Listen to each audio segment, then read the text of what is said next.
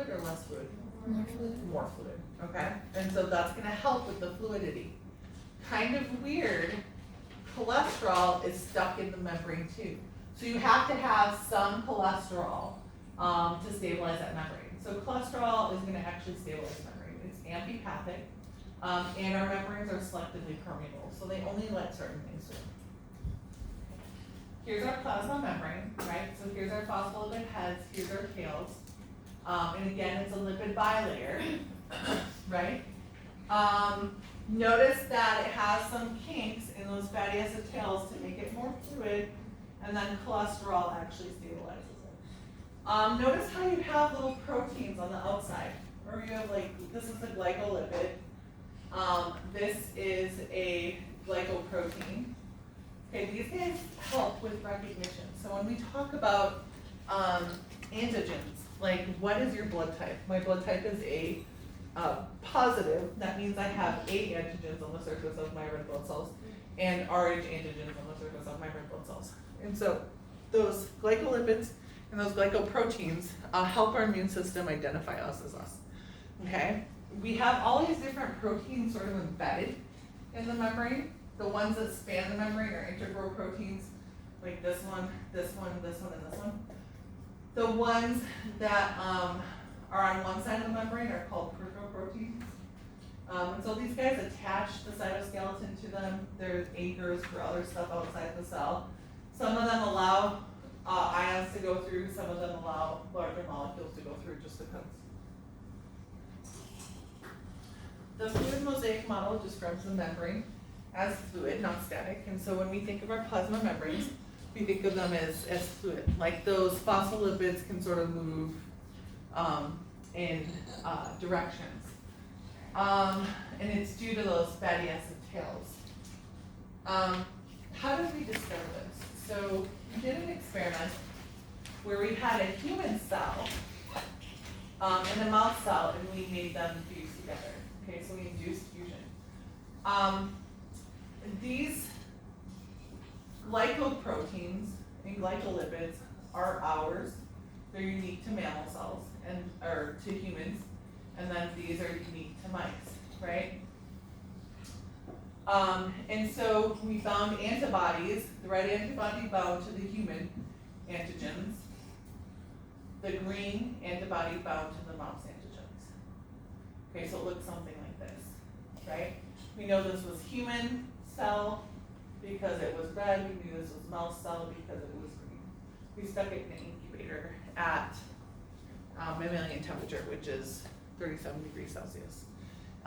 What they hypothesized was when they pulled these cells out and looked at them on the microscope, they thought that the membrane was static, that it was stuck, that it wasn't going to move, that those phospholipids didn't move. Okay, and so they were hypothesizing that it would stay the same. When they pulled it out, it looked like this.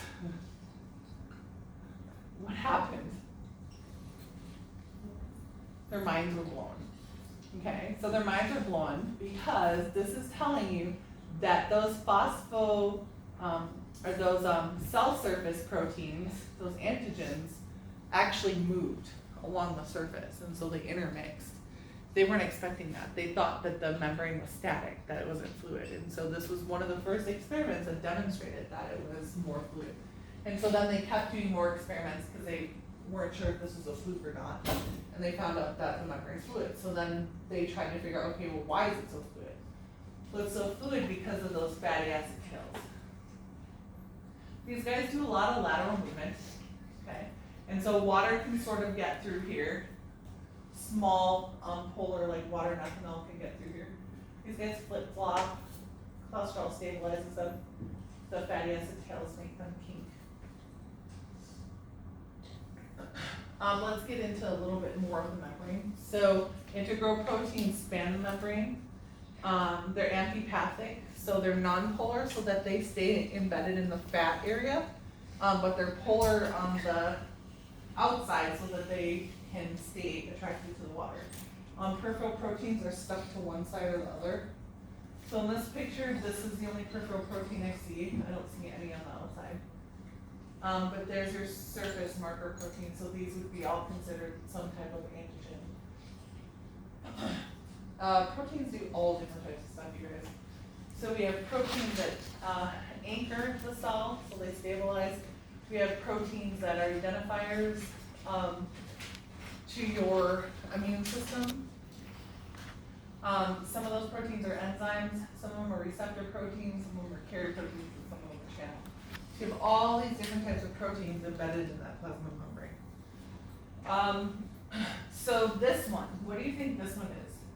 Does it transport something or does it anchor stuff? It's not really a tube, it's kind of like a squiggle. What about this guy? This one's easier.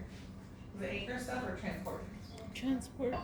It's gonna anchor stuff, right? Because it has a little anchor site right here. These guys are all gonna anchor stuff. Take a look at this one. This one is a tube. So is that gonna transport or anchor? It's gonna transport stuff. This is a channel where you need something to bind to it to pop it open. So that is gonna transport stuff as well. Okay? You have proteoglycans, glycoproteins, and glycolipids. A glycoprotein is glycogen and a protein stuck together. Glycolipid is glucose and lipid stuck together. These guys are outside the cell membrane. They're attached to the plasma membrane. And they identify our cells as our cells to our immune system. They form like a sort of protection sugar coat called a glycopalate. It is for lubrication and protection. It helps for locomotion and anchoring. It helps with recognition of your immune system. So your immune system will bind to your cells and say, oh, okay, those glycoproteins are mine. They're not a bacteria or virus, so I can move on. If you have glycoproteins that are a viral glycoprotein, the white blood cells will bind the antibodies to it, and it'll get broken down by your immune system. The plasma membrane is selectively permeable. So the plasma membrane is a barrier. The trick is you have to get nutrients inside and waste have to get out. Our membranes are selectively permeable, meaning they regulate what goes in and out of that cell. The plasma membrane is selectively permeable or semi-permeable. And it's dependent on the size of the molecule, the shape of it, if it's fat soluble or not, and the electrical charge, okay? So how do we know what goes in or what can just diffuse through the plasma membrane and what we need a transport protein for? It's gonna depend on size. So if it's small, it's more likely to just slide through the plasma membrane, okay? If it is charged or not charged, if it's not charged, it's more likely to go through the membrane. And if it is lipid soluble, it's more likely to go through the membrane. Okay, so this I want you to understand what can actually diffuse into the cell. So think about it. Which space is bigger? The phosphate head space or the fatty acid tail space? The fatty acid. Fatty acid tail space. Is this lipophilic or hydrophilic? Lipophilic. Because these are fatty acid tails, this is a lipid barrier. So because it's bigger, it means that things that don't dissolve in fats, like ions, are not going to be able to get through. Okay. So let's look at what can actually diffuse straight through the plasma membrane. So on exam questions, or on an exam, when I say diffuse through the plasma membrane, I'm talking about straight diffusion through the plasma membrane. If it's facilitated diffusion, that is some type of carrier protein or ion channel. We'll talk about that in a second. So gases. Gases are inert. They don't have a charge, right? They can diffuse right through the plasma membrane. They don't need any help. Hydrophobic molecules, so fat-soluble molecules, can go right through the plasma membrane. An example of it is benzene. Benzene is a really good organic solvent because it dissolves a lot of fat-soluble stuff. It's really dangerous for us to use, and we don't use benzene anymore in lab because it will go right through your plasma membrane and alter your DNA. And so it's a carcinogen. So it's really dangerous.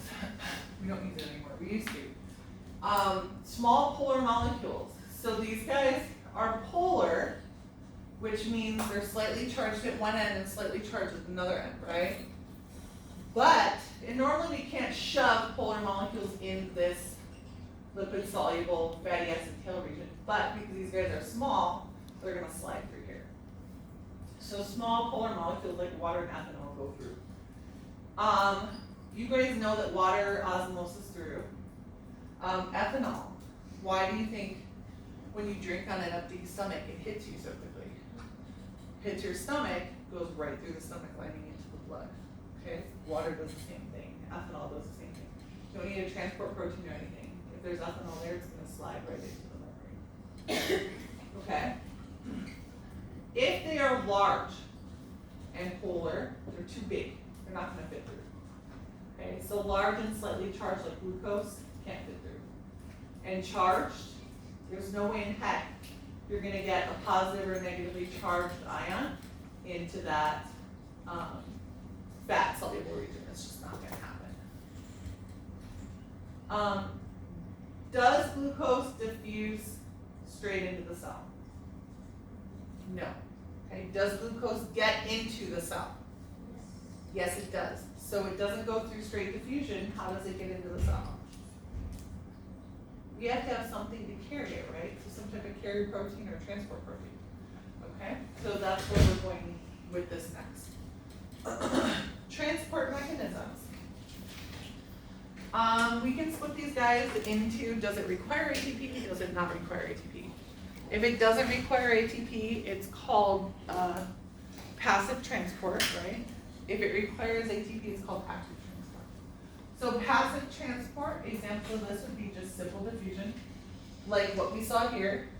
So gases go through simple diffusion. Hydrophobic molecules, small polar molecules, simple diffusion. Osmosis is movement of water, and then facilitated diffusion. This is what glucose does. So facilitated diffusion means you're still going through the membrane and you don't need ATP, but you need some type of helper protein to get you through that membrane because you're too big.